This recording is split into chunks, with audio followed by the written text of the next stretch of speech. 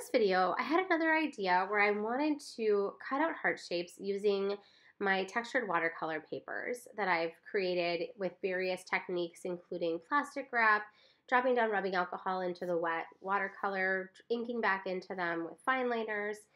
So I wasn't really sure where I wanted this to go, but I just pulled out all of the pinks and purples and red papers that I had in my stash of collage material, and then I began cutting them out into various sized heart shapes. And then I decided I would just kind of start randomly gluing them down to my sketchbook page, trying to be mindful of not having too much of the same type of color or value in one section. And that bottom right red one I really love. I wish I'd had more of that paper on hand. I had created that using like reds and red oranges with plastic wrap, which is one of my all-time favorite texture techniques to do with watercolor. But unfortunately, I only had one of those. And I had a lot of bigger sheets with the rubbing alcohol effect with the pinks and purples. So that does tend to dominate this sketchbook page in the end. But I feel like I had enough variety where I could kind of space them out and play with it.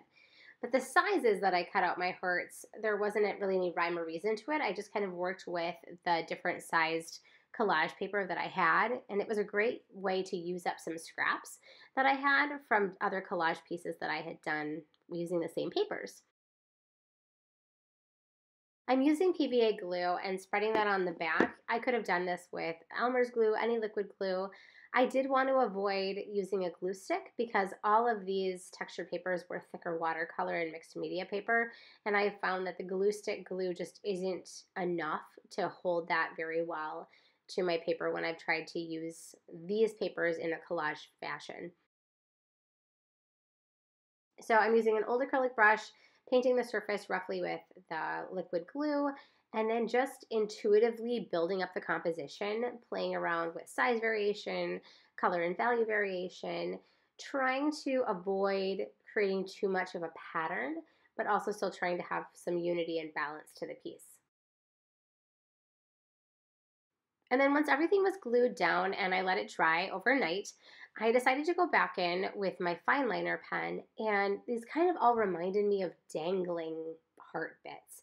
So I started working my way up from the dip in the heart and creating as straight a line as I could freehand all the way up to the top. I was mindful of the overlap and made sure that if the heart was on top of other hearts, that the line went over the hearts that were further back in space.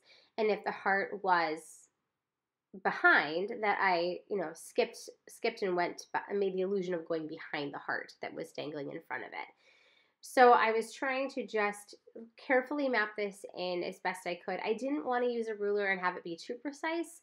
Plus the collage is fairly thick depending on how many hearts are overlapping. So it was easier just to rough it in and let it have kind of an organic nature. Because I figure if these paper hearts were dangling in actual space, the string that they would be on would be rather thin, and it would potentially be a little wobbly depending on the air currents in space. So unnecessarily overthinking it, but that was kind of my thought process going into how the lines went on the page from the different hearts.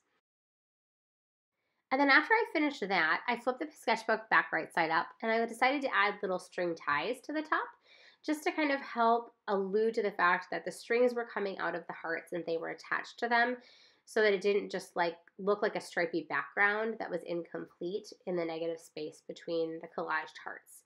And it gave it kind of a nice little whimsy to it. I did contemplate doing like the hang down strings that would be there if they were really tied to paper hearts floating in space. But I just kind of wanted to have the essence of what was happening. And this was a really fun sketchbook page to work on. I enjoyed using my textured watercolor papers in a new way. I enjoyed the repetition of cutting out the different hearts, and I really liked adding in the fine lines with the fine liner. So if you like this video, don't forget to give it a thumbs up. Be sure to subscribe so you can stay tuned to all Valentine challenges coming up this week. Till next time.